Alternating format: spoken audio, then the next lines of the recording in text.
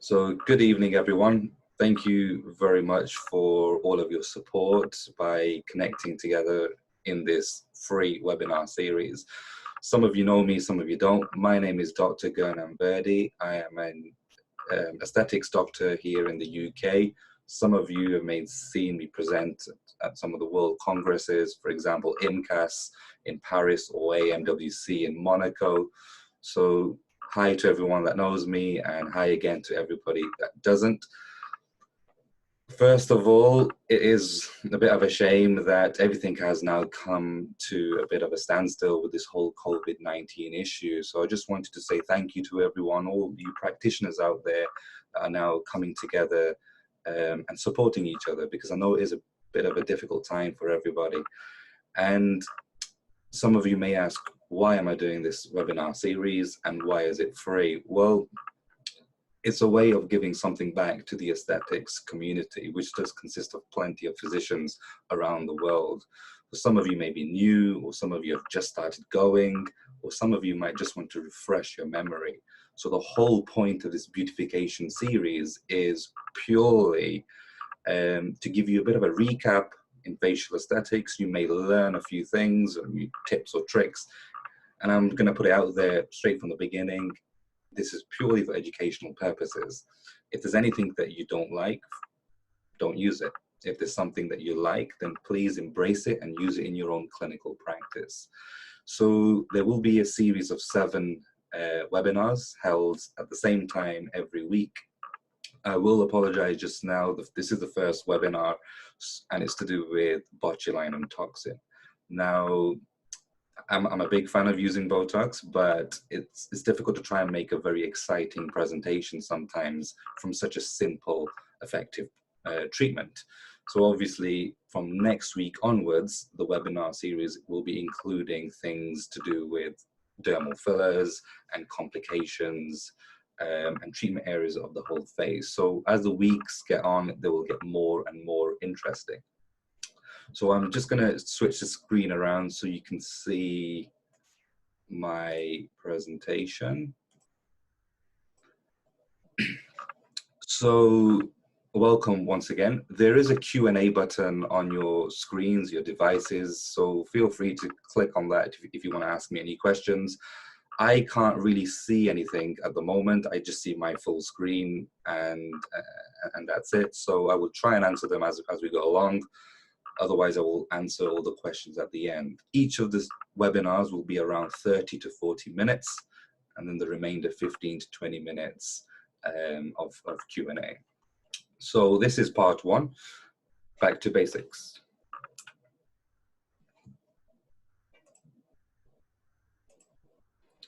So botulinum toxin type A. So what do we know about Botox? So just starting off introducing Botox. So it's a toxin produced by Clostridium botulinum, and there's 7 main serotypes. And type A is the most potent and long-acting. This is going to vary amongst various countries, but it was approved in 2006 in the UK for the use in the glabella region.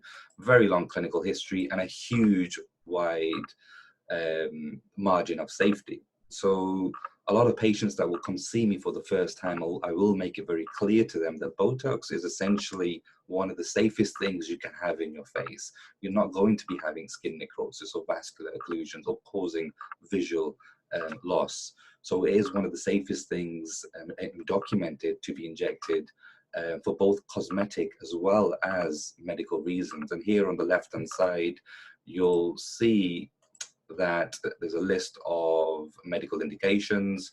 Some of you may already be doing this. Hyperhidrosis and chronic migraines are quite common, and you've got various other indications.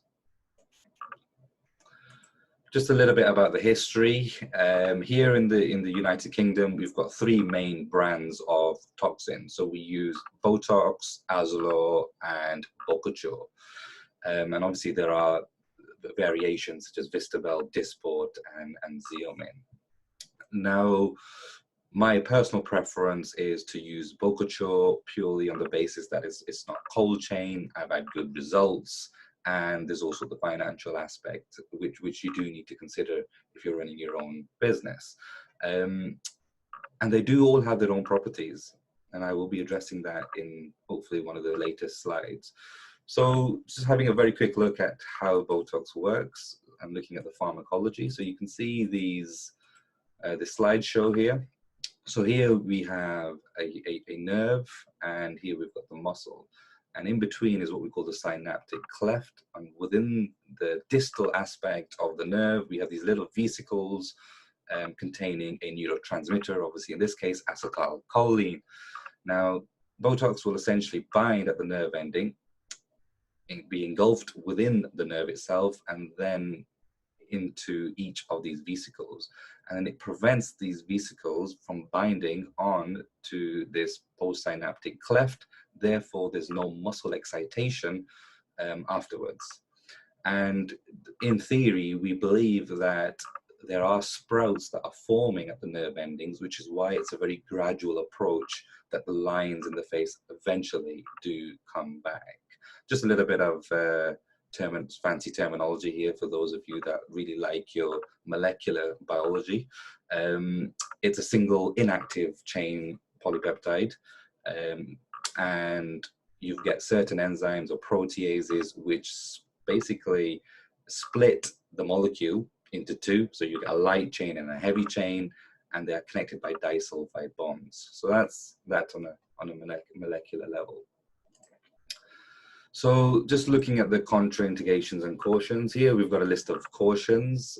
Now, cautions, keep in mind, means you can still go ahead and treat, but you do just want to keep be a bit wary, so to speak. So OCD, so obsessive compulsive disorder, or body dysmorphic disorder, unrealistic expectations.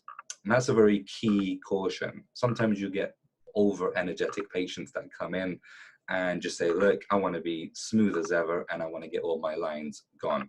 And sometimes it's nice just to educate them and inform them that we're essentially just softening the appearance of the lines. We're not trying to remove them straight completely. The chances are we will remove them completely, but we're just softening the lines. So I always under promise and over deliver the results. Anticoagulants, again, shouldn't matter too much when it comes to toxin, but again, just be a bit wary, risk of bleeding and bruising, and obviously stay away if they have local infection. And here we've got a list of contraindications, so anaphylaxis, known hypersensitivity, and obviously pregnancy or breastfeeding, and interactions with certain aminoglycosides, which are a type of antibiotics such as gentamicin. Now, some neuromuscular conditions, in fact, quite a fair few can be treated. However, in a cosmetic practice, they will be a no-go. So just looking at the classification again of wrinkles or lines, if you like. So keep it very simple. Nothing as in type 1, and then type 2, 3, 4. It's pretty much mild, moderate, and severe. So it's a very well-known international scale, which is good for documentation purposes and assessment. Now, one of the questions I often get asked is, are injection techniques important when it comes to botulinum toxin? Now, when it comes to dermal filler, hyaluronic acid, we need to decide which layer of the face are we injecting the product into. Is it a bolus? Is it a linear thread? Is it fanning? Is it a high G prime product? Is it a very cohesive product? We've got all these factors to decide. And typically, I don't know if you would agree, but for most of us practitioners, when we all started out in aesthetics, we started out learning Botox, botulinum toxin injections. And then you get the hang of it and you think, oh, that's very straightforward, fairly easy, very low risk, quite difficult to get a complication. And therefore we move our practice mainly onto fillers, and we focus a lot on fillers. But it doesn't mean that Botox, just because it's a straightforward procedure, that there aren't certain technicalities to it. So looking at this slide, certain things to consider. Dilution volume. Now, I have used Azulo. I believe that may also be known as Xeomin. I have used Azelor and I have used Botox. And as you can see here are my dilutions. So for Azelor, I would use 0.67 mil and Botox 1.25 mil, pretty much stock. So quite standardized if you ask me. Have I ever over diluted, so hyperdilution of toxin? Yes, I have. For example, in the perioral region, when we are wanting to treat barcode lines, smokers lines. So there has been a study done by J.S. Dover back in, quite recently actually, a couple of years ago. And he did conclude that dilution volumes do not matter. Okay, what matters is the experience of the practitioner. So if you know how to hyperdilute, by all means do it. And there are right and wrong times when not to do such a thing. But there isn't one rule fits all. So just because I use a standardized measure of dilution doesn't mean I'm doing things right or wrong. And some of you may be using a hyper diluted solution. Again, each to their own, and as long as patient safety is kept paramount.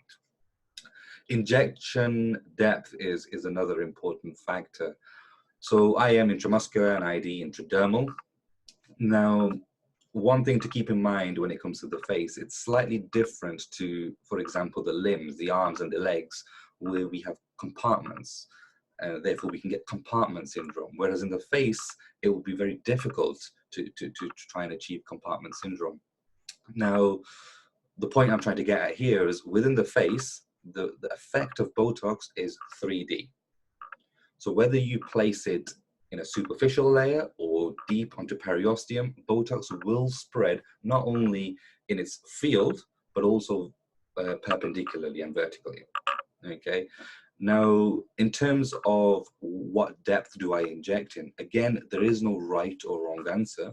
However, studies do dictate that the deeper you inject, the more likely you are to have a complication.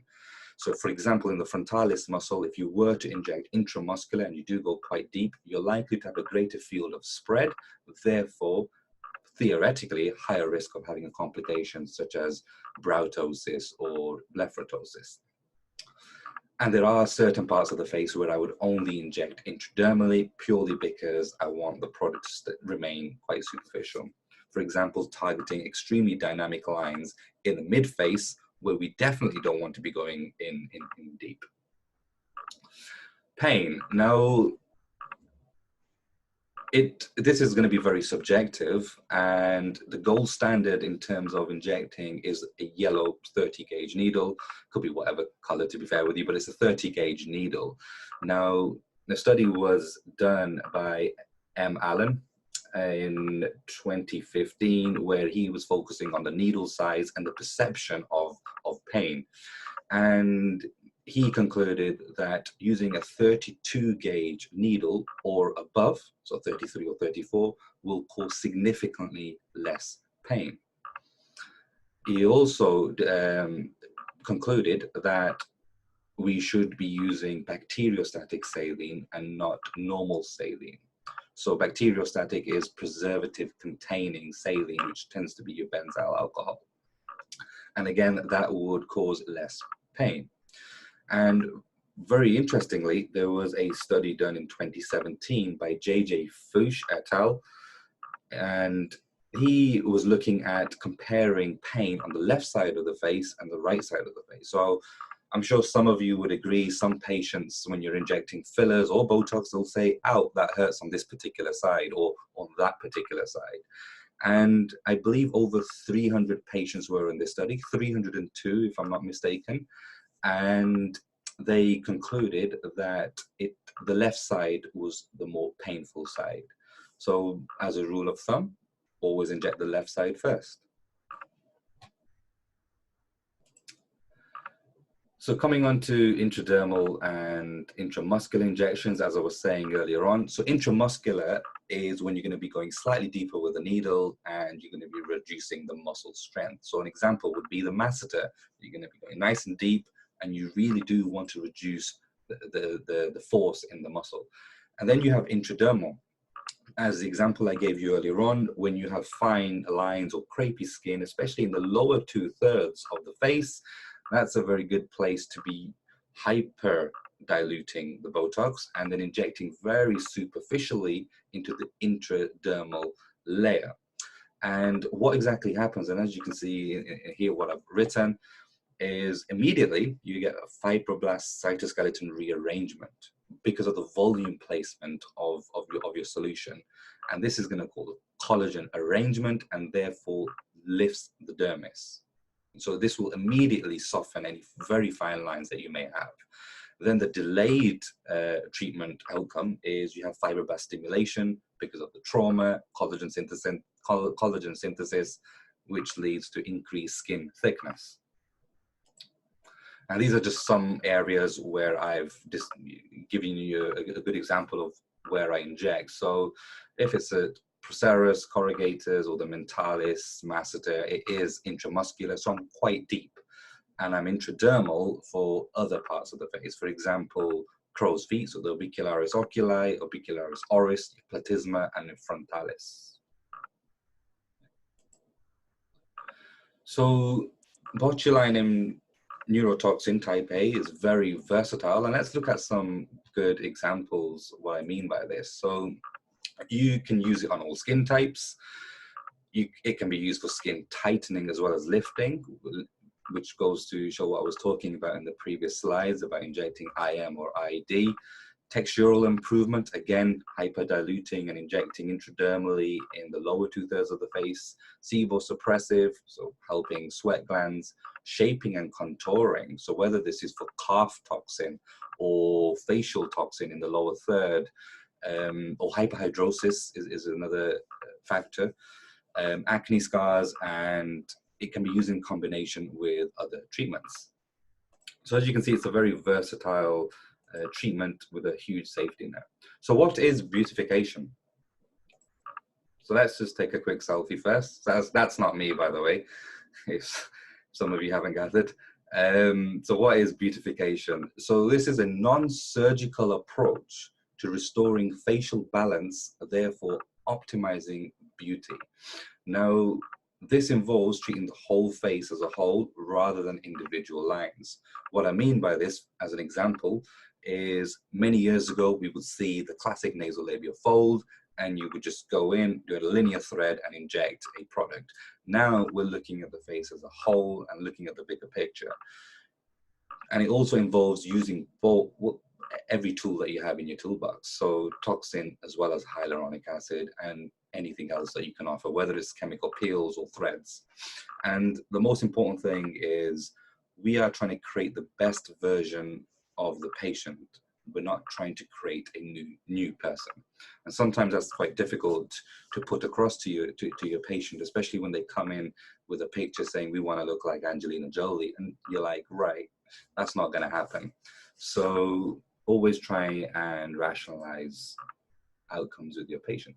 So how can we adjust facial features?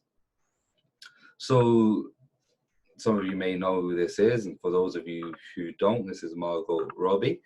The first thing what we're going to be doing is looking at the outline of the face. So this is what I do initially, and keep in mind here, we're only talking about botulinum neurotoxin in this webinar, so no fillers, but that doesn't mean you do not look at the outline of the face. So the patient may have or may want a more oval face or a heart-shaped face, and this can be achieved by using botulinum toxin. So how do we assess for beautification? Now, I always look at the upper part of the face first and then work my way down, just my method of working. And the eyebrows are going to be the first aspect where toxin can be used to try and create a change with regards to beautification. The second place to look at would be the oral commissures, and the third place would be the jawline and the masseter. So this is your famous triangle of beauty, or the triangle of youth, and as you can see, gravity, disproportion, descent, everything heads south, and the triangle becomes inverted. So the focus on the toxin, by looking at this image, would be looking at the brows and giving that nice high arch laterally, trying to thin the jawline, and trying to lift the oral commissures. If you look at this picture over here, Okay, so these things are going to be helping to not only lift the face or lift them, stop the muscles from pulling these elements down, but also beautifying the face too. And as I said, beautification is a combination of using toxin and fillers. And it's a nice little formula to think of. What we're doing is we're rebalancing elevators and depressors of the face. Male versus female.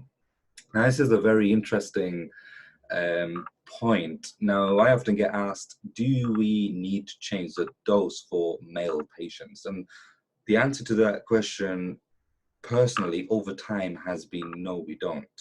Now, most male patients of mine, I will still use the same treatment dose as I would if it was a female patient coming to see me for the first time. Obviously, at the 2-week review, if they need more, I will be adding more. So you don't necessarily need to add more from the get-go. And this is what I've found that has worked. Now, certain characteristics are going to be a bit different with the male face and the female face. For example, women wanting high arch brows and a more oval or a heart-shaped face.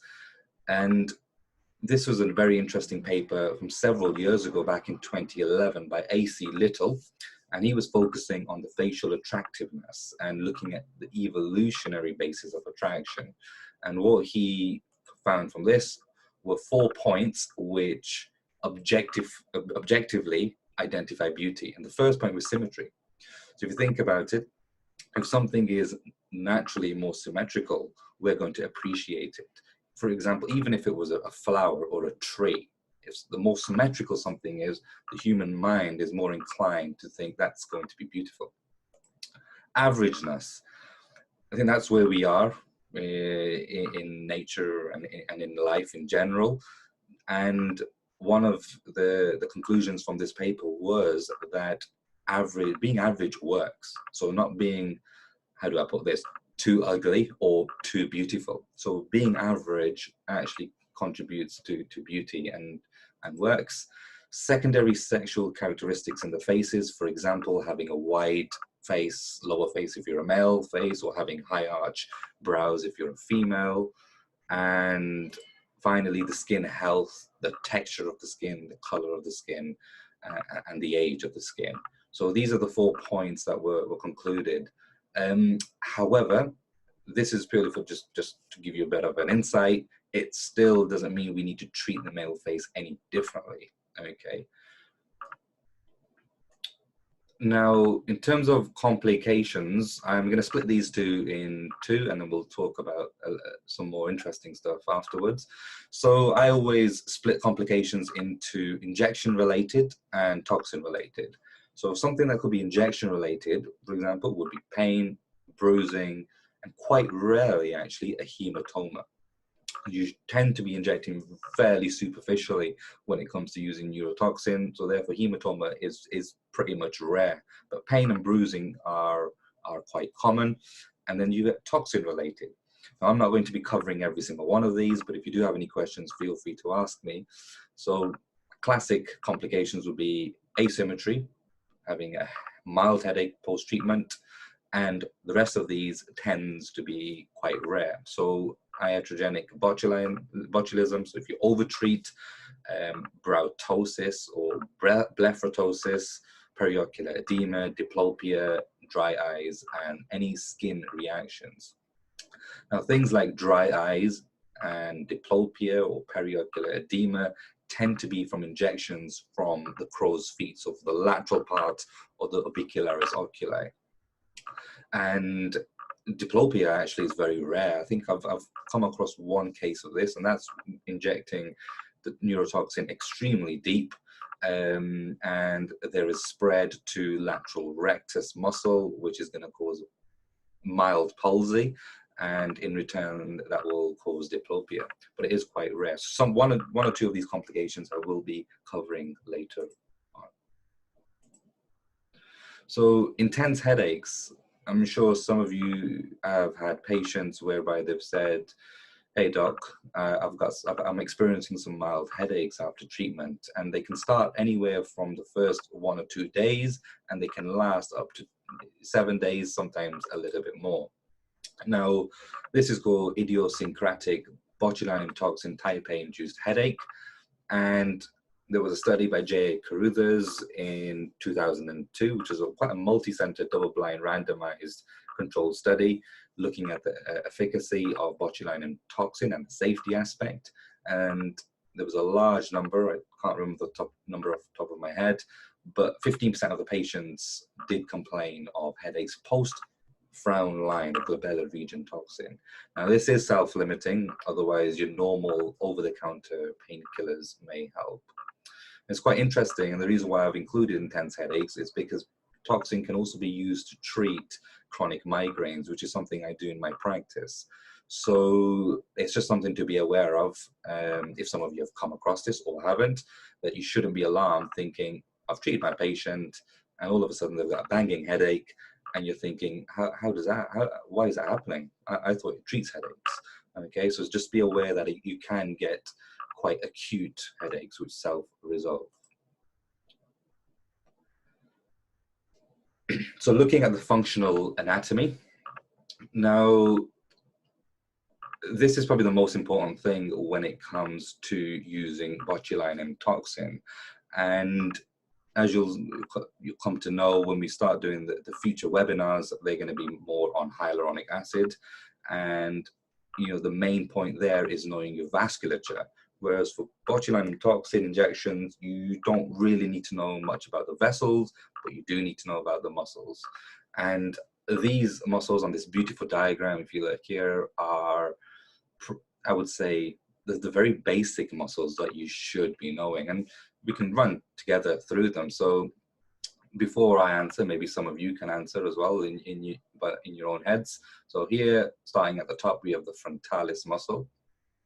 We have your procerus over here with your corrugators on either side. You have your orbicularis oculi muscle, large sphincter-like muscle. Then here we have your nasalis.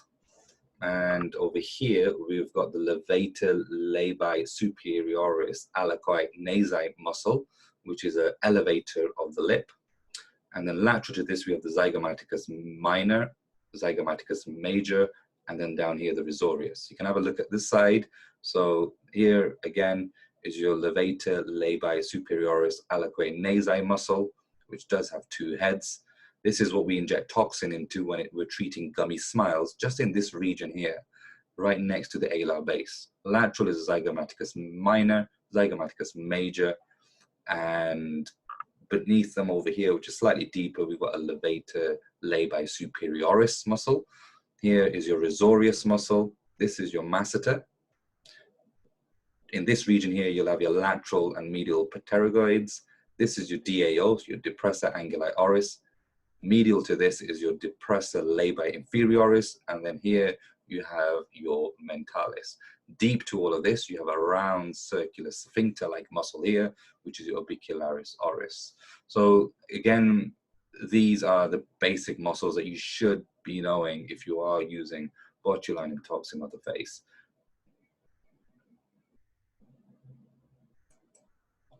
Okay, so retaining ligaments. Now, again, I was just touching base on anatomy there. This probably isn't overly to do with botulinum toxin, but it is useful to know. And it's a question I often get asked is about the ligaments of the face. And there's various ligaments, as you can see in this diagram, but essentially what these ligaments are deep fibrous attachments that originate at the periosteal level, or even the deep fascia, and then they travel straight up through all the layers in the face, and they attach onto the dermis, or the skin. And essentially they are anchoring points within the face. They stabilize this mass, and they stop the face from basically moving around. Okay, so let's look at challenging zones here. So this is all from personal experience and feedback from colleagues. So the 4 challenging zones that we have are the upper third, so the frontalis and the glabellar region and the brows, the nasal tip ptosis, the perioral region, in particular the DAO and the platysma. And the perioral region is obviously very complex. There's a lot of muscles all attaching at the modulus and at the orbicularis oris itself, but we're going to be focusing predominantly on the DAO and the platysma and the jawline. So we'll be focusing on the masseter. So we'll be going through each one of these one by one. So again, try answer this in your own heads as to what the muscle is before we talk about the muscle. So here we have the frontalis muscle, and it's very interesting to look at the shape of this muscle. It is a rectangular-like shape. However, it is there is no muscle fibers in the medial portion. Okay.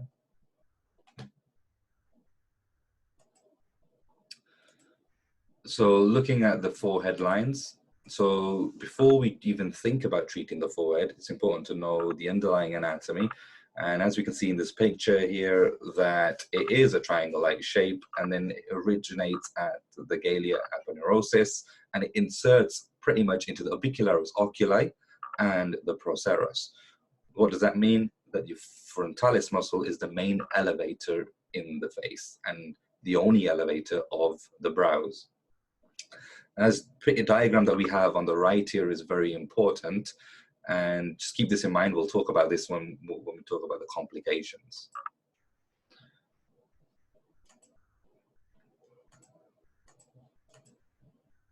Sorry, just running a little slow here. Okay, so looking at these two examples here, before and after, as you can see. So what we're trying to show here is everybody's different. Now, just because we've seen what the frontalis looks like in the previous couple of diagrams, doesn't mean it's going to be looking like that on every single face.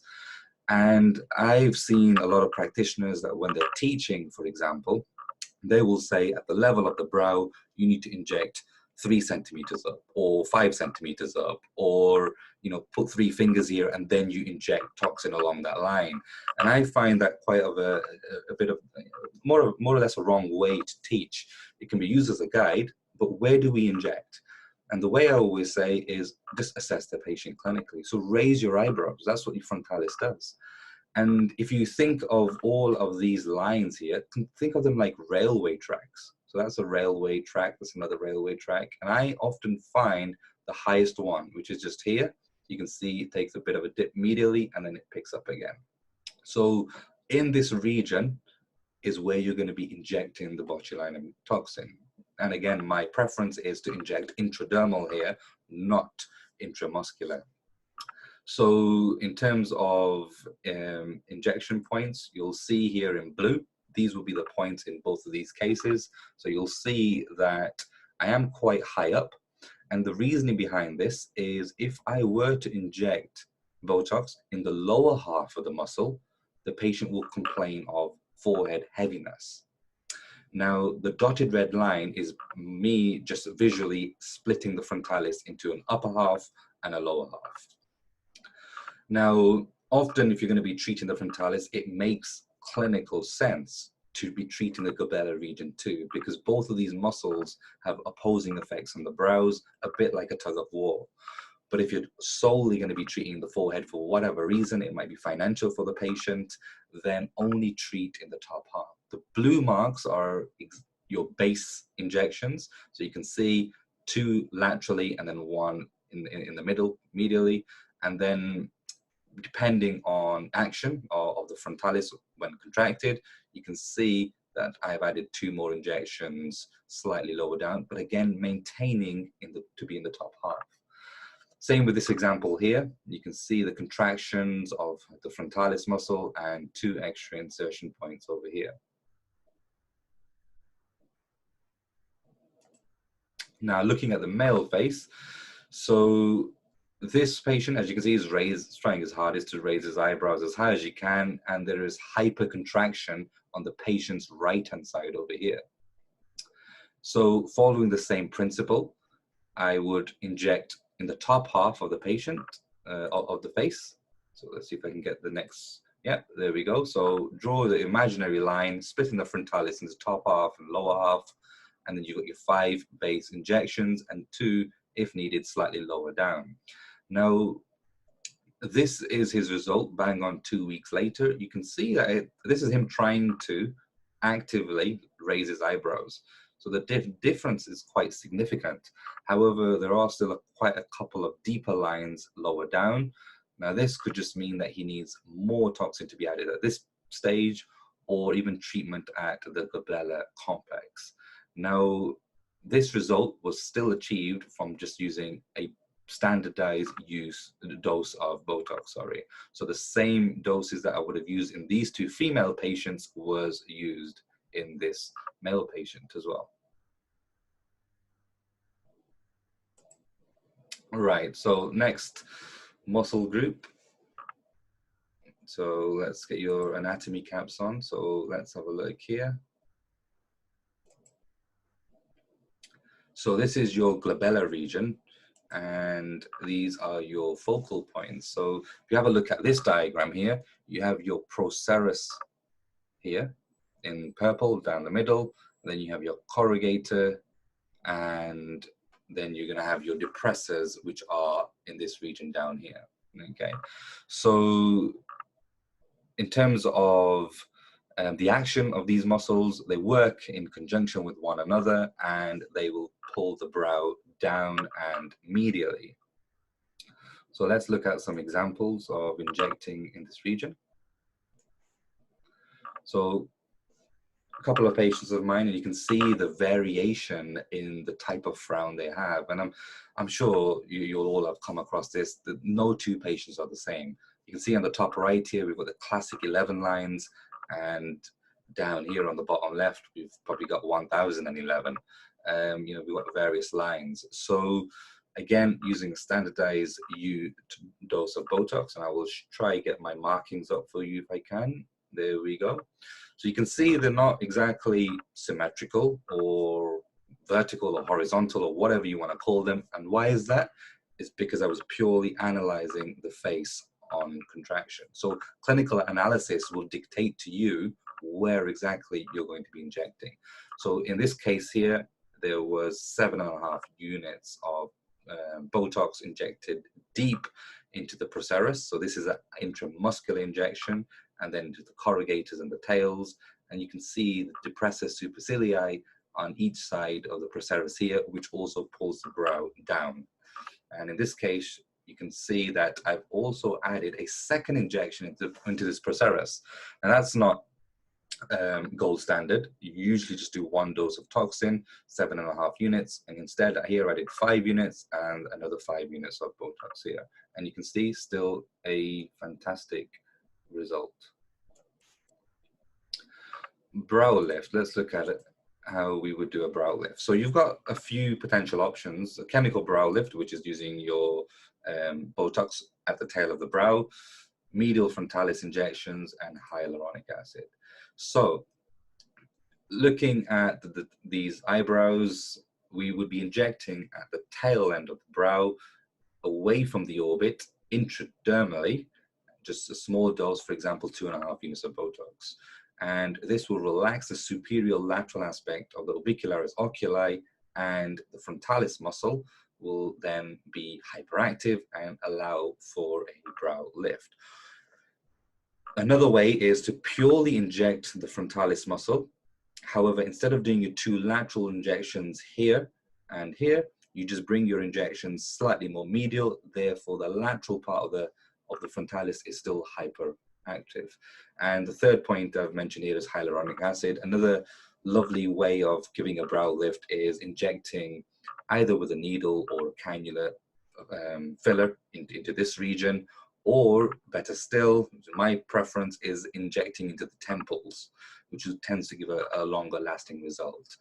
In future webinars, we will talk about things like needle versus cannula and aspiration, etc. And I'll try and make them a little bit more exciting. So why is it challenging? So these are real cases. So here on the left-hand side, we can see this brow ptosis. So if you look at the actual iris, so you can still see pretty much the same volume of iris on either side. So it's a brow that has significantly dropped. Yes, there's an element of lid ptosis too, but the brow has dropped. Now, there's a couple of things that we can do here. So we could, one, potentially do nothing, just watch and wait, reassure the patient, and reflect on your injection technique. Alternatively, we can drop this brow ever so slightly. Now, this would require, again, minute injections of toxin and intradermally in this danger zone region. Now, in terms of education from this, your safe zone is being medial to the mid-pupillary line. So when you see a patient, if you visualize the mid-pupillary line, you do not want to be injecting Botox lateral to this unless you're injecting the frontalis, in which case you are quite high up. So the danger zone is pretty much lateral to the mid-pupillary line and only 1 centimeter. So often, I'm sure some of you would have had patients whereby you do the Botox, you review them in about 2 weeks' time, they have an amazing result, and they'll say, if I lift my brow, I've still got 1 or 2 creases here. And then you think, right, I can't really do anything there because I'm going to cause one of these 2 outcomes. And you're right. So that's something to have a consultation with the patient beforehand and just manage that expectation. Now, again, if somebody was to have some lateral creases here, what would I do? I would potentially still inject a tiny amount of toxin, but again, being above 1 centimeter. So, for example, let's just take a look at this case. So if this patient had creases in this region here, where you see my pointer, this is your danger zone, 1 centimeter above the lateral brow. So still being above this, I would inject a tiny amount of Botox, maybe 2 units, and intradermally. And that will soften the creases that we get laterally here. So coming back to this case, again, this is usually self-limiting between 4 and 8 weeks. And you've got two main options. You can either drop this brow or just watch and let it resolve itself. It would be quite difficult to try and lift this brow. I mean, as you can see here, the drop is quite significant. And on this side, what we can see is eyelid ptosis. So if you actually look at the actual iris, you can see there's a lot less visible on this side. And this is because the injection's been too close to the levator palpebral superioris. And from personal experience of managing complications, I find that iodopine eye drops tend not to work, or when they work, it's very short-lived. But if we're going to go by evidence-based medicine, iodopine eye drops, which is apraclonidine, 3 times a day in the affected eye until it's fully resolved. So moving on to the next challenging part of the face. Now, some of you may do this, some of you may not do this. And this is the focal point here. So we've got the dilator muscles of the nose, and it's this muscle here. So do we know what this muscle is? So let's look at nasal tip ptosis. So on this patient, it may look like I've done some fillers. I have been lifting the piriform fossa, as you can see in this region. However, there has been a subtle increase to the tip of her nose, and you can see, look at the curvature here and look at the curvature here. So no filler has been done in this patient. This was purely from an injection in this region, as you can see with this arrow. And if you take a look at the tip here and compare it with this side, you can see there's a lift. Okay, now this treatment was done 2 weeks prior to me doing the nasolabial fold treatment, in case some of you are wondering. Obviously, you wouldn't be getting a lift straight away on the same day. So this picture is 2 weeks after this picture, just so I could show the effect of Botox. Let's have a look at the next slide. So again, the muscle that we are injecting is the depressor septi nasi muscle. And this is injected basically in the nasal spine, as you'll see on the next slide over here, there. So you can see that we're torting the skin by pulling the nose up, and this part here is your nasal spine, and we're going to be injecting 2.5 units of Botox right into this region. So why would we do this? Well, the obvious reason is for nose ptosis. So the tip of the nose is pointing slightly downwards. Now, to this may not be a concern for many patients. However, it is a concern when it comes to animation or expression. Now, what I mean by that, and I'm a classic example, is the tip of my nose is nice and straight. Now, every time I smile, the tip of my nose moves down slightly. So if I was wanting a non-surgical rhinoplasty or a liquid rhinoplasty, and my concern was I want my nose to be straighter, then the first thing I do when I'm assessing the patient is I get them to smile and look at them from a lateral profile view. And if when they smile, so they're expressing or they're animated, and the tip of the nose moves down, then they will be a candidate for Botox. So I call this the dancing tip. So every time they're smiling or talking, the tip of the nose is pretty much just dancing away. So this diagram shows you exactly how you would inject 2.5 units into the base of the nasal spine. And to answer these questions, why would you do it, is if they've got a dancing tip or nasal ptosis, if you like. When would you do it?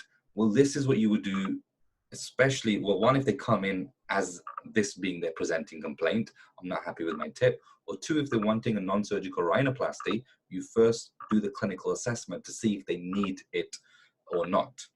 Okay, and why? You would do Botox first, you bring them back after 2 weeks, and then if they wish to have their nose straightened with dermal filler, that will be a good time to do it. And as for where, as I've said, it will be in the nasal spine. So looking at this diagram here, so we're focusing at the green point, which, as you may know, is your orbicularis oris muscle. So this is the perioral region. So some of you will know what these muscles are, so feel free to shout them out or think out loud in your head. So this muscle in green here is your orbicularis oris muscle. As you can see, it's quite deep and it's a round muscle. This next muscle here in the next diagram is your depressor anguli oris muscle, which pulls the oral commissures or the mouth of the corner down. And here we have your mentalis muscle. And there's various other muscles mentioned here. As you look in the diagram, we've got your zygomaticus minor, major, risorius. So the focal point for this presentation is purely on the DAO muscle. Now, this is a very tricky muscle to inject, and quite admittedly, I have injected patients, and I would say on average, one patient every year will have some form of complication in the perioral region. It usually tends to be mild, and that's purely because everybody's anatomy is slightly different. Nobody looks like a textbook diagram. So, you know, I have changed my practice over time, and hopefully I will be able to share my tips for you in the next coming slides. So the focal point here is now the DAO. So this is quite a superficial muscle, and then deep to this you'll have, and medial to this is your depressor labii inferioris. Now this muscle will help pull the lip down. It lets you speak and drink out of a cup or a straw. So this is a muscle that you do not want to touch. And you can see it's deep to the DAO. And then even more medial to this is your frontalis muscle. So some of you that are doing frontalis muscle injections, you've got two options. You could do an injection right down the middle like I do, 5 units, maybe 7.5 units, or you could split this into 2 injections just off the midline on either side. And again, the reason why I use one injection is just to stop the spread accidentally happening and going more lateral into the DLI. So this is a muscle you definitely do not want to hit. So how do we inject the DAO? So the best way, if you look at this muscle, it's like a triangle. So where are your chances of hitting this the most, regardless of anatomical variation? Is it going to be at the top where it joins the corner of the mouth, or is it going to be at the base? So it will be at the base. And we also know from anatomy that it's a superficial muscle. So where will we inject? I don't have that diagram here. I think there's a further few slides, but essentially you're going to be injecting at the base of this muscle. And the principle behind this is it's a triangular shaped muscle, and you're more likely to hit it at the bottom. And the best way to do this is get the patient to express themselves and get them to bring the corners of the mouth down, which I can't do very beautifully. And you're going to palpate and then inject 2.5 units of Botox, which is quite a small dose. It's not a place that you want to put too much in, because you will encourage a wider field of spread, which will then in turn cause a complication, which I'll show you later on.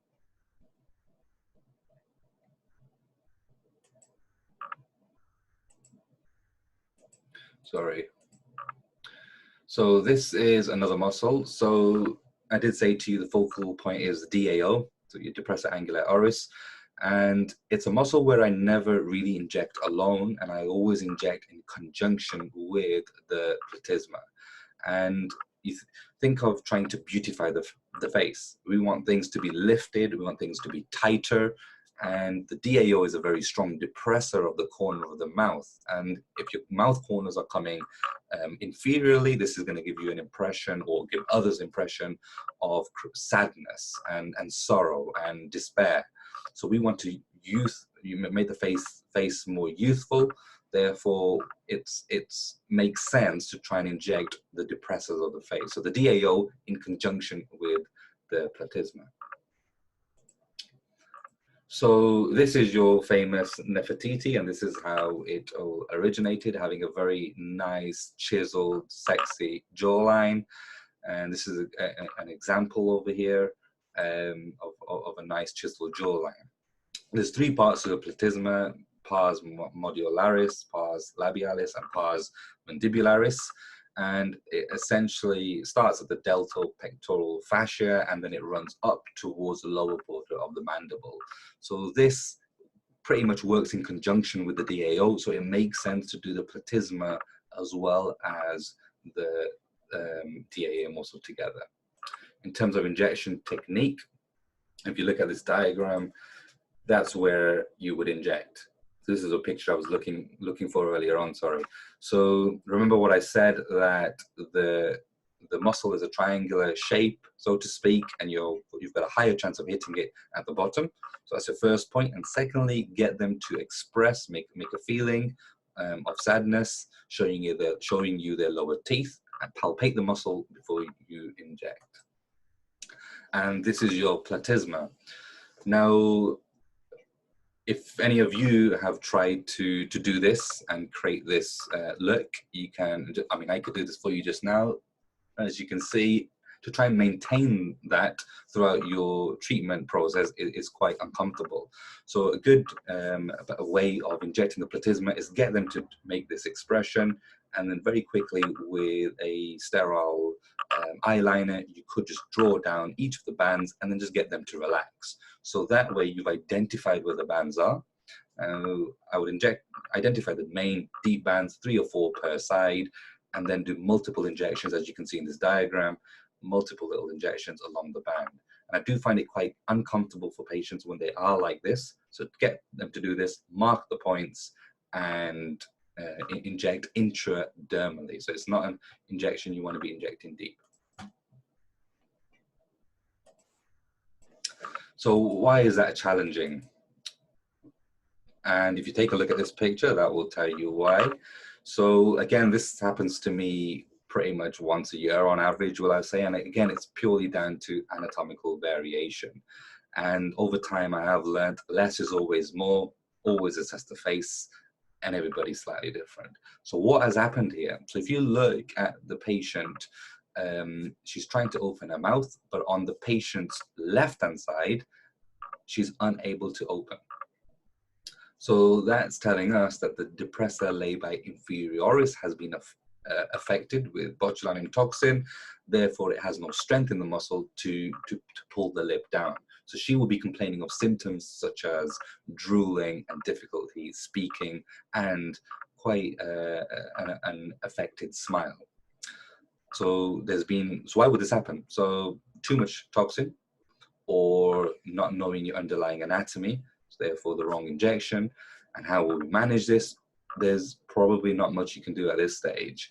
You could, if you're very daring enough, try and mimic the scenario on the other side, but then you run into the risk of enhancing her symptoms, such as drooling.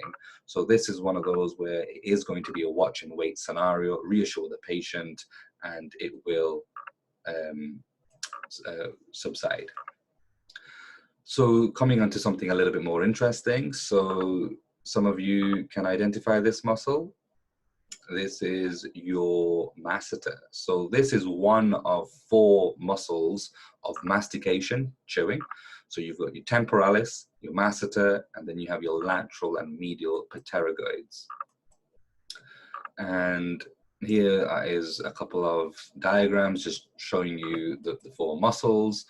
And it's important to know where the masseter originates. And this originates at the zygomatic arch and the zygomatic bone, and it inserts at the mandible. And as I've said, it is one of 4 mastication muscles. The most important thing here to know is that there's 3 elements to this muscle. You have a deep compartment, or a deep muscle, if you like, intermediate muscle, and superficial. And in the lower third of the muscle, you have the deep inferior tendon. And I'll explain why that is important. So if we do Botox injections quite superficially into the masseter, then you're going to relax the superficial compartment. However, the deep compartment, where the bulk of the muscle is still going to contract, and this will herniate laterally. So therefore, you don't have an effective outcome. So the key point here is when you're doing injections into the masseter for teeth grinding, you want to be going in nice and deep. To be fair with you, even if you hit periosteum, as I said to you in one of the earlier slides, botulinum and toxin will move up and down in the face. It's not a 2D effect, it's a 3D effect. So the key point here is inject very deep into the masseter, so you go beneath the DIT, and therefore you will be able to have an effective outcome. So if you have a look here, this is my markings. So on the left, you can see an example of a hypertrophic masseter, so bruxism, if you like, and you can see this is only 4 weeks later. Okay, and there's quite a gradual reduction in the masseter size. In terms of markings, so if you look here, this is your tragus. So from the lower tragus, I will draw a line to the oral commissure. So this line tells me you do not want to be going above this. And then you will draw a line along the jawline. And then you want to palpate the anterior border of the masseter whilst they're clenching, and you finish off drawing this line. So you've got this now quadrangular shape. Now, despite this being my safety margin, despite that, I still remain in the lower half of this shape. And I will do 5 injections of 5 units of Botox each, which is 25 units. Again, nice and deep, and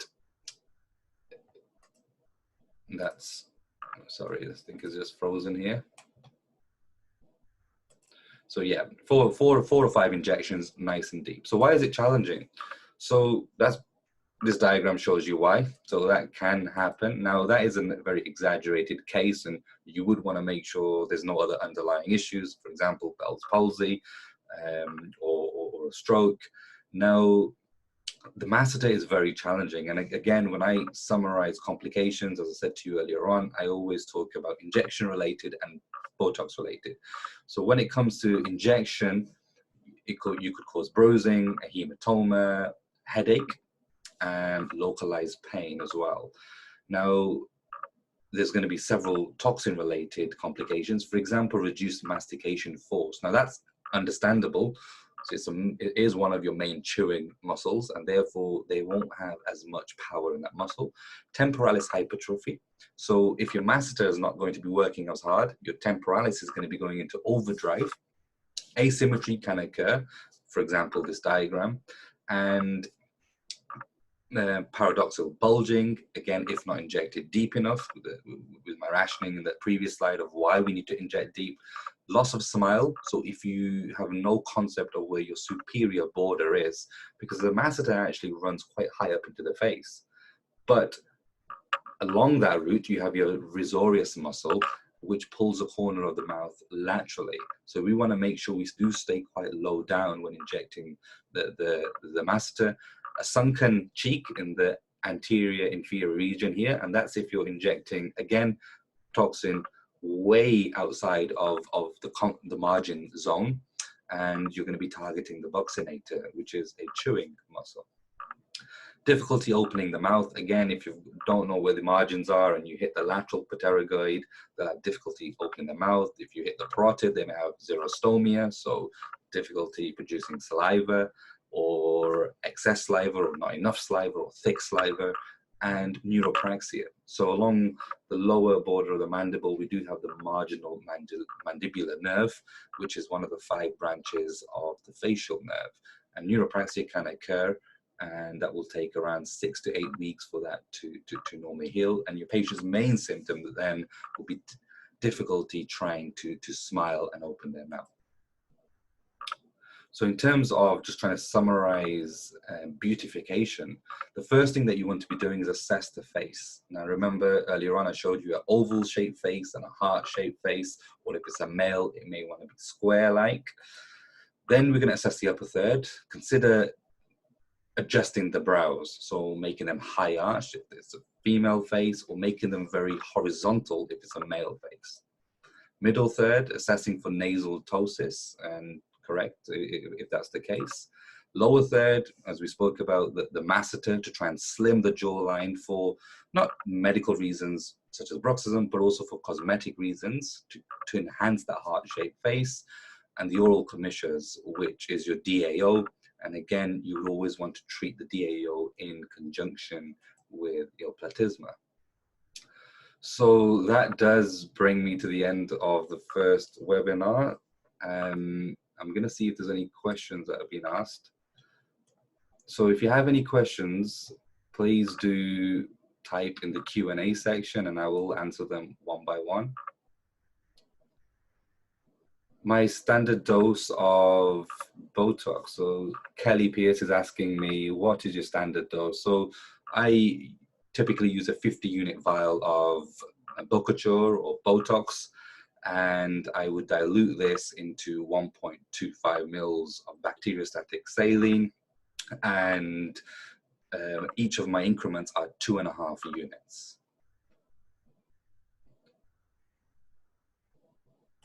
Rebecca is asking me, can you explain how you perform the chemical brow lift, but you stay out of the danger zone? The danger zone is lateral to the mid-pupillary line for 1 centimeter above. And when you're injecting the brow for a lift, you're actually injecting just underneath the tail of the brow, and again, injecting away from the orbit.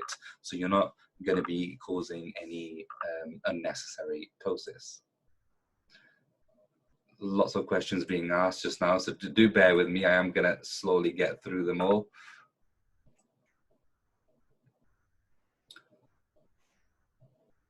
Maurice is asking, is that a good alternative to a tip lift using HA?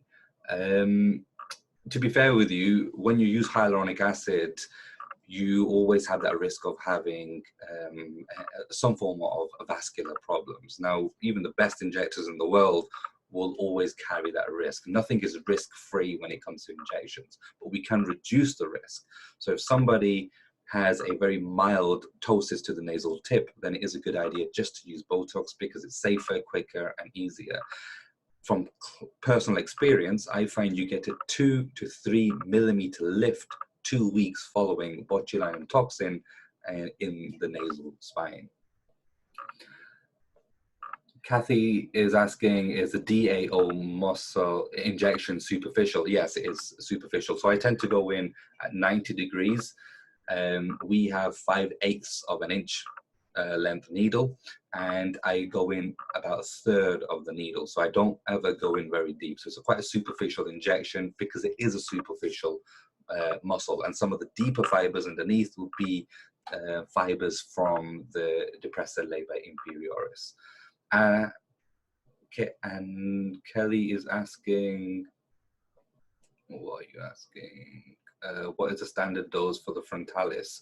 So for the frontalis, I tend to do 5 base injections, as I showed you, 2.5 units each, and then the extra 2, again, which I've shown, again, 2.5 units in each of those. Kathy is asking, what do you use in the Nefertiti injection sites? So for the Nefertiti, I use 2.5 units of Botox. So I will identify in total maybe 5 or 6 bands, and then in each band I will do 2.5 units and spread them 1 inch apart. And in total I like to use 50 units in the first session, review 2 weeks later, and then inject a further 50 units. What happens, so this is from somebody who's anonymous, what happens if you just do the DAO without doing the platysma bands? Well, nothing actually happens, but we're trying to think of the bigger picture here. Think of it as, for example, nasolabial fold. There's nothing wrong with just filling the nasolabial fold, but you'll have a nicer natural outcome by lifting from the cheeks. And the same principle, it makes sense doing the platysma with the DAO, and both of them are still essentially pulling the corners of the mouth and the lower lip down. So the platysma is still a very major depressor of the lower face. And for those of patients that have very fine lines and wrinkles in the neck, again, it's one thing making a beautiful face, but then if aging is very apparent in the neck, that's another reason to do them both together. Rachel is asking me, do you find that Botox works in the perioral region for smokers' lines? That's a very good question. And I used to use dermal filler for smokers' lines. I used to find each of the lines, identify a few over the top lip, and inject with a filler literally into the line, intradermally or subdermally, and just do linear threads with something very soft with a low G prime. However, what I found was when the patients were smiling, you could make out that they've got threads of product, which doesn't give that natural look. So my go-to choice now for smokers' lines is botulinum toxin. What do? I do 4 injections of 1 unit each, literally 2 millimeters above the vermilion border. So 1, 2, 3, 4. So 4 injections, 2 millimeters above the vermilion border, 1 unit of Botox each, and then review again in 2 weeks. Adrian, not a question, but thank you so much. Very informative, and will use this in my practice. You're very welcome, Adrian. Pauline is asking, would you treat the frontalis without putting units into the glabella? The answer to that is no. I do have some patients that have financial issues, so therefore they can't fund the extra treatment, for example. Then I would use a ever so slightly lower dose and only treat the frontalis and only treat them quite high up. So stay very superiorly in the frontalis muscle. But it makes sense to do the frontalis as well as the glabella region. Why? Because think of it as a tug of war. Frontalis is pulling muscles up, glabellar complex is pulling the muscles down.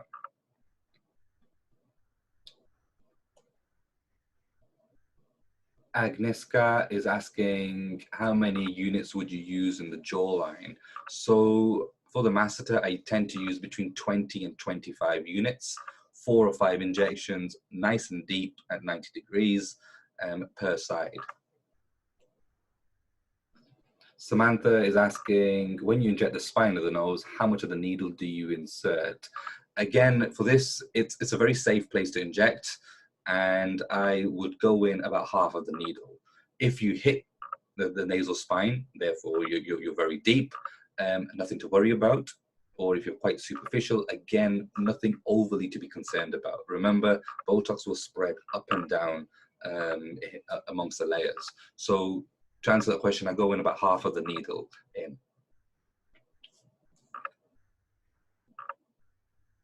Daniel is asking, how do you feel about treating diabetics type 1 with Botox? There's absolutely no real, well, other than infection control, there's no real issue on my end to treat patients with type 1 diabetes. I do have a fair few that have autoimmune conditions or are diabetics, and I've never had a concern. Obviously, infection control and wound healing, etc. You just got to make sure that's all to the very highest standard. Dumilla is asking, what if we missed the middle injection point whilst treating the frontalis? Nothing happens. And again, there's no right or wrong answer when treating the frontalis muscle. You do your base injections based on clinical assessment, review them after 2 weeks. If they need more, you can always top more up. Lots of questions, guys, so do keep them coming.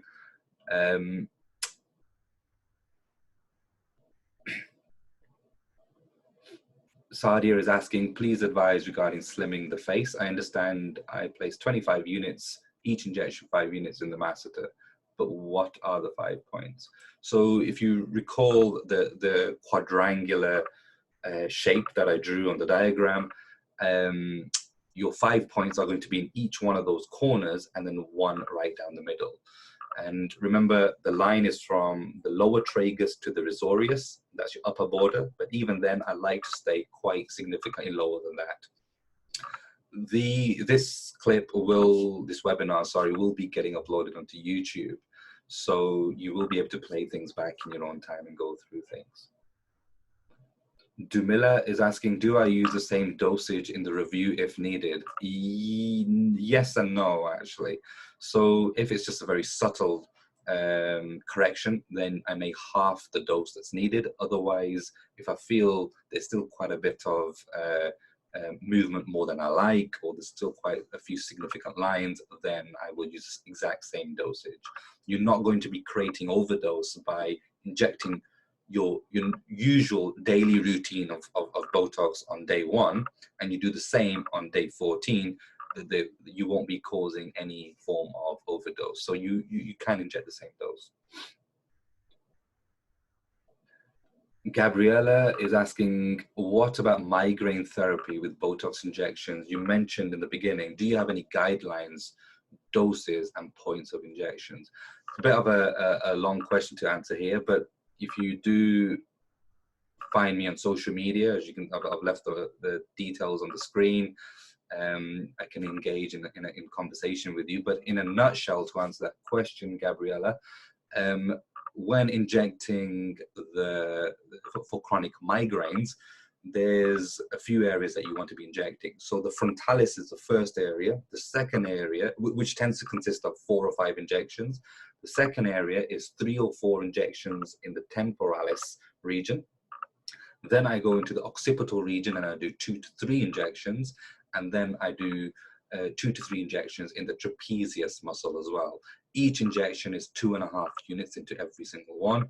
So you tend to need around 1 to 2 vials. So that's that in a nutshell.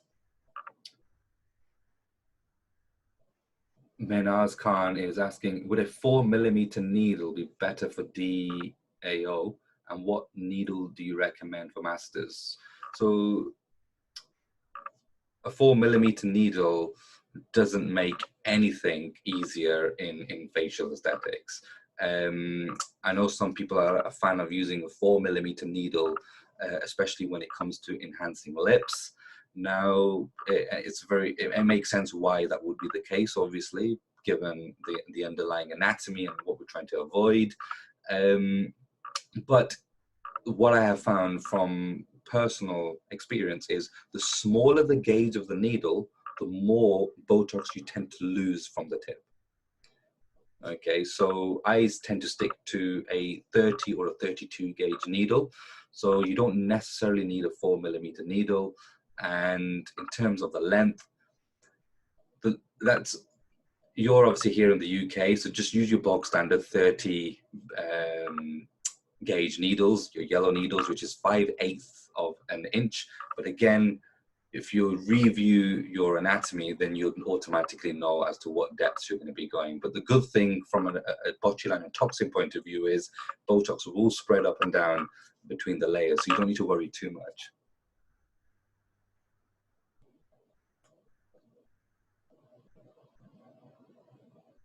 Miriam is asking, what about the traps? I heard that there's an on-label use for the back headache pain in the trapezius. I do inject the trapezius muscle, which is essentially a back muscle, and I don't inject them in isolation. I do this in conjunction with occipital region, temporalis region, and frontalis when treating chronic migraines.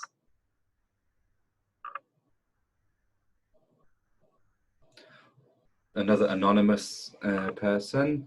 For a man with strong corrugators and very deep depression in the procerus from weakening, would you still treat the procerus?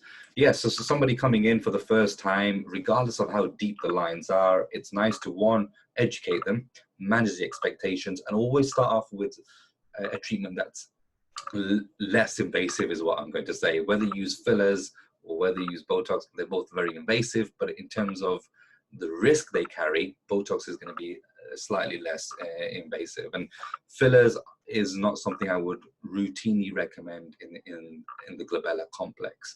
I mean, the average distance from the skin to the periosteum is around 2.5 millimeters. So you don't have much leeway there, especially when your needle goes in. So if there's any of you out there that are injecting the frown lines with filler, as long as you are very, very superficial, and I will be coming onto this into my next webinar, which is fillers in the upper third. Sherelle is asking, when treating the masseter muscle, do you get them back at 2 weeks or leave it a little longer due to the density of the muscle? That's a very good question. Because the muscle is quite thick, I tend to bring them back after 4 weeks as opposed to 2 weeks. So I find that Botox injections in a masseter, it takes a little longer, as you said, because of the muscle density. So do bring them back after 4 weeks to assess. However, it is a good time to maybe just touch base with them at 2 weeks in case you have a mild complication. For example, the smile being affected.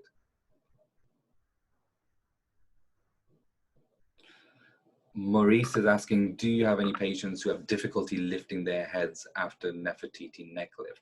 I've had one case in the past where they've had, I wouldn't say difficulty, the way they've described it was it just felt bizarre, is how they described it when it came to lifting the head up. And again, it's just one of those things, there's only so much of the spread of the toxin that you can control once you've injected it. So, it is a rare thing that I've experienced. However, it's a very safe and effective procedure to do. So I wouldn't worry too much about lifting your head. Again, stick with 1 vial of Botox first across the whole neck, and then review at 2 weeks and top up if necessary. I think if you go for 2 vials from the get-go, you may run into problems. And if you go back to the beginning of the webinar, I did talk about hyper-diluting the toxin, which therefore would minimize the risk that you're concerned of. Kathy McCullen is asking, are the Nefertiti injections quite deep? No, very, very, very superficial. So you're creating a bleb under the skin. So the injections are actually intradermal. Okay, so very superficial. So another anonymous attender is asking, how would you avoid eyebrow hooks or brows that are over elevated? So this is called spot brow. Now that's out of your control. So if you're trying your hardest to inject the tail of the brow, or you're avoiding the lateral frontalis muscle, you're going to be creating a brow lift. And sometimes you'll find that you create too much of a lift, and that's very, very difficult to know there and then. And the only way you're going to know is probably around the 5 to 7 day mark as to how well they're responding to the Botox. So if they ever do become spocked, you bring them back for your review, and then 2.5 units at the top of the spock, and that will just lower the brow down ever so slightly. Again, my favorite way of lifting brows is filler, and this is something I will be covering in the next webinar.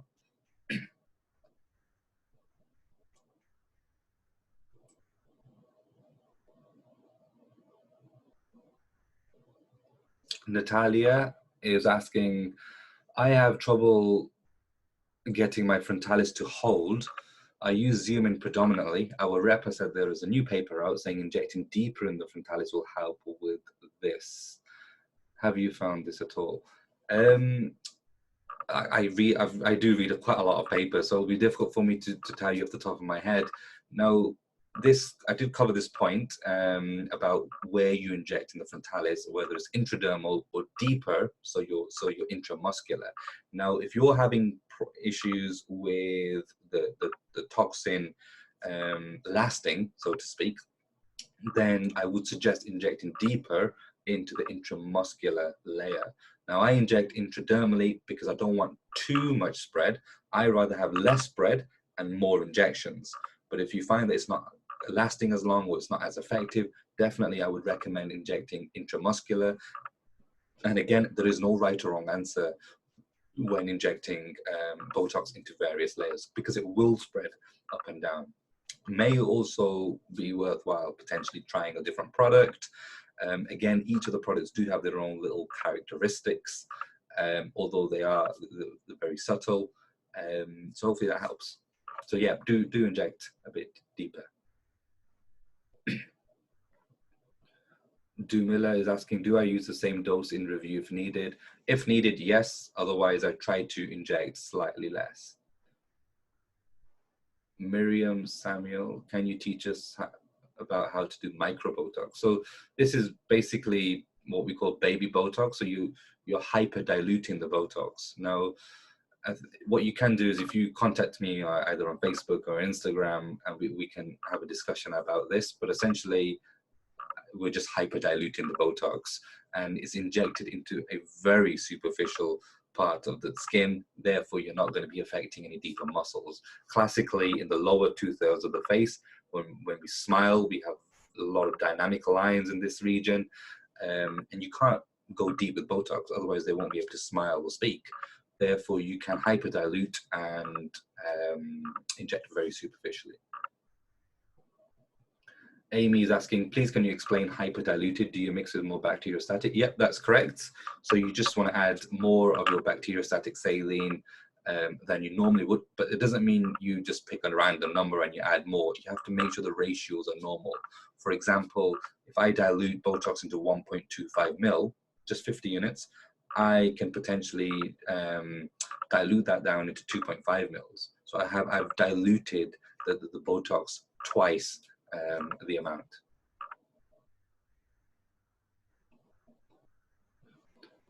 Dr. Mervat is asking, how can we use Botox for acne scar treatment? That's a very good question. There's a couple of very good papers on this actually, which I can send you the links. If you do, again, find me on social media, the information is on the slide, and I'll send those links to you. But essentially, we're using very, very micro amounts of Botox injected directly into acne or scars, and that will help soften the appearance. And obviously, keep in mind, if there's any active breakout of scars or, of acne, then you would want to avoid at all costs. Kathy is asking, please can you tell us the dose of the spine of the nose? 2.5 units into the spine of the nose. Maurice is asking, when injecting the DAO, does using medial to the base of the marionette lines a good landmark? Yes and no. Again, the best thing to do is get them to show you their lower teeth or gums. So get them to make that facial expression, palpate where the muscle is, and then you can decide if it's at the base of the marionettes alone. So, you never want to be injecting Botox blindly to someone's face by literally putting marks on their face and then thinking something's medial or lateral to it. Always get them to show expression and either see the muscle contracting or palpate the muscle contracting. That will always keep you out of trouble. Phoebe is asking, I was taught to use 30 to 50 units of Botox in the master. Would 50 units per side cause too much facial slimming? Everybody teaches everything in a slightly different way. I am a huge fan of injecting slightly less, getting effective results. If they're happy, they're happy. If you need to inject more, you inject more. I think 50 units per side is quite an excessive amount of Botox, and the chances are you are likely to get some larger field of spread. Therefore, you may target the risorius muscle or the depressors of the mouth. Therefore, you'll affect their smile. So I would stay away from injecting 50 units in one go. So always start off with less. So yeah, 30 units sounds good. 20 to 30 units sounds good. Nadia is asking, are patients with a past medical history of stroke good candidates for neurotoxin injections? If in good hands. So once you're fairly experienced with the use of neurotoxin, then definitely. However, if they're having repeated attacks or TIAs, if you like, then you do want to stay away. But if somebody's had a history of a stroke several years ago, that's fine. That's not a problem. They are very tricky patients because sometimes it's about trying to create that symmetry, and en route in creating symmetry, we often then run into problems. So they're very satisfying to treat, and you can treat them, but just making sure that you've got the sound knowledge of the underlying anatomy.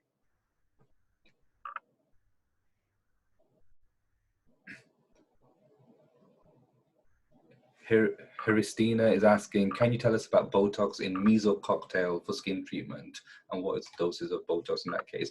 This is going to vary quite significantly, because you could get 2 units of Botox and dilute it in a 10 ml solution cocktail of various other things, or you get 1 unit in 3 mils, which is obviously going to be slightly more concentrated. So message me privately and I will try and help you with that question. There's a lot of questions here that I'm trying to get through, you see, so send me a message and I will get back to you. Jas is asking how to treat the different types of gummy smile and if the technique for treatment is different. And Ranveer is watching with me, who I'm assuming is her son, and wants to shout out, hey Ranveer. Okay, so gummy smile. So the reason why we have this is because of a very powerful levator of the top lip, which runs in this direction, and that's your levator labii superioris aliquot nasi muscle, quite a mouthful to say. And essentially, lateral to the alar base, we want to be injecting 2.5 units perpendicularly, quite deep into each side. Now, that is only done if on assessment when they smile and you see a lot of gums. If when they smile, you don't see that much gum, but the lip rolls inwards, so the lip inverts, then that's treated slightly differently in that, and that's going to be treated like you do with smoker's lines. So small amounts of Botox just on the vermilion border, just to help even and roll out the lip. Lisa is asking, how long after the first appointment after having Botox can you top up safely? 2 weeks.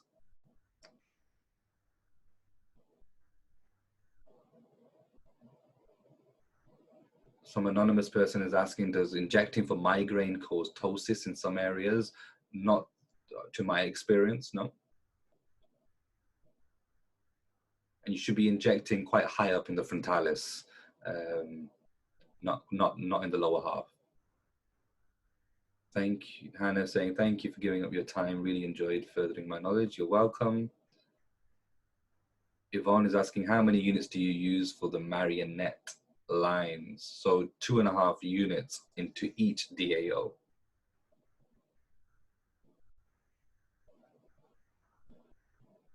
Do you carry out any hyperhidrosis treatment from Arib? Yep, that's correct, I do. And it's a very similar treatment for hyperhidrosis as it is for the platysma or the Nefertiti neck lift. And this involves a full vial of Botox. So 50 units is what I use in each armpit. And I'm injecting very, very superficially. So I am intradermal.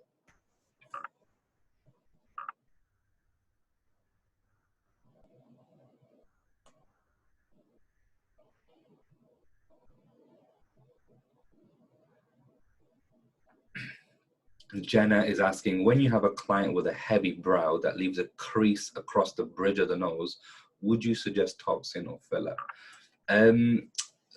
So this is going to vary on an individual basis, obviously. So the filler will depend on their side profile. Now, if they are very straight on the nose, adding more filler, you're going to distort that profile, so may not be a good option. And it doesn't matter how soft the filler is or how you inject it into the area, you're going to cause distortion to the profile. So toxin will be a safer bet, and you're not going to be affecting their profile. If they don't have a straight nose, however, but they do have that classic horizontal crease, it may be worthwhile then putting filler in. But what you could do is put Botox in first, review in 2 weeks, and then decide if they need any filler. Sira's asking me something. I believe that may be in Spanish, so I'm sorry I can't answer that question. Lou is asking, do we need to sign up again for a new link for next week, or do we use the same link? A new link will be going out, so there will be a new flyer, there will be a new link, and that will be put everywhere on social media. So do follow the 2 accounts down below on Facebook and Instagram.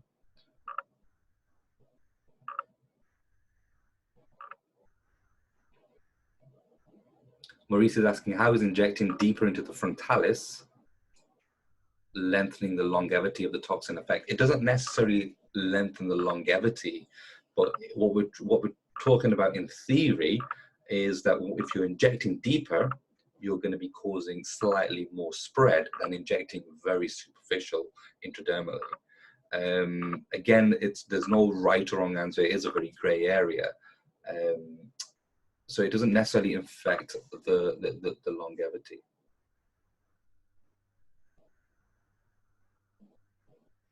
If Lou's asking, if someone has had normal Botox in the forehead, can they have a brow lift with toxin? Yep, why not? They can both be done on the same session.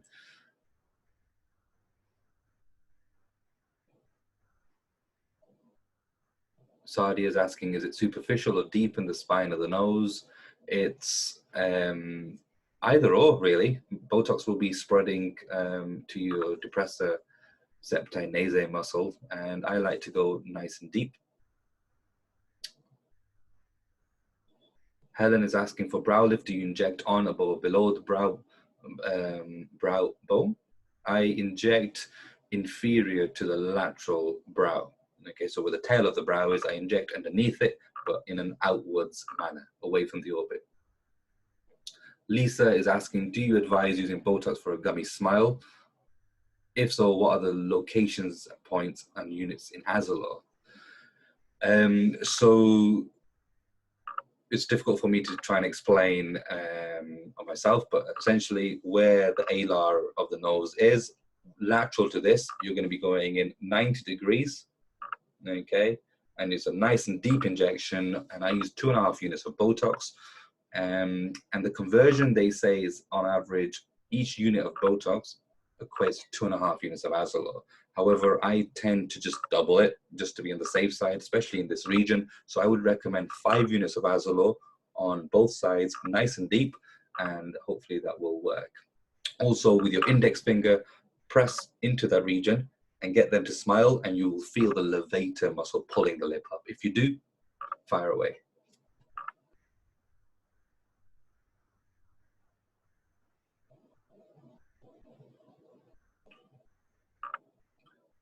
Varon is asking, when do you evaluate the masseter injection, like frontalis or later, because it is a skeletal muscle?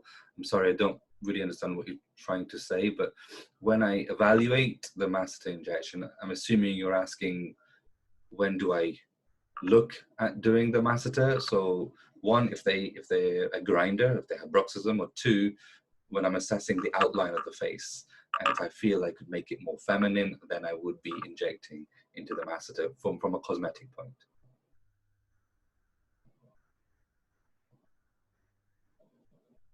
Amy is asking, did you say you prefer Boccaccio? Please could you give a shout out to Kirsty, who is unwell but still watching. Hi Kirsty, get well soon. Yep, that's totally correct. I do prefer Boccaccio purely because it's cold chain, but you know, I get very good results with all 3 forms of toxin here in the UK. Victoria is asking, do you find Botox works well for sweaty palms of the hands? Yes, I do. I mean, off license, it can be used in the palms of the hands, in the soles of the feet, in the groin area. The only downside is it can hurt delivering these injections, but I find it very effective. And a bit like hyperhidrosis, they tend to last around the 8 to 12 month mark. Liz is asking, Fab session, really informative. Can we watch it back? Yep, you can. So once this is done, maybe tomorrow, I will be uploading this onto YouTube. So do find the Academy of Aesthetic Med on YouTube, follow, and you'll always be updated. Maurice, this is one of the most informative webinars ever. Thanks so much. Thank you very much, Maurice.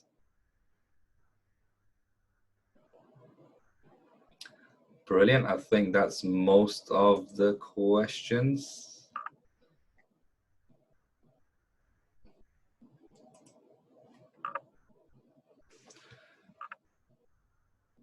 Right. So there's still 98, 99, 100, still 100 people in the webinar. Are there any more questions that you guys would like to ask? If there are, then please find me on Facebook and Instagram, Dr.GV Aesthetics and Academy of Aesthetic Medicine. Please follow me on YouTube as well. I've only recently started the YouTube channel, which is where these webinars will be going, and I will be doing a lot more work on the YouTube side of things as well for you guys. So free content for you all. So do like, subscribe, and follow, and share the support. You're welcome, Emma. Thank you for the kind words.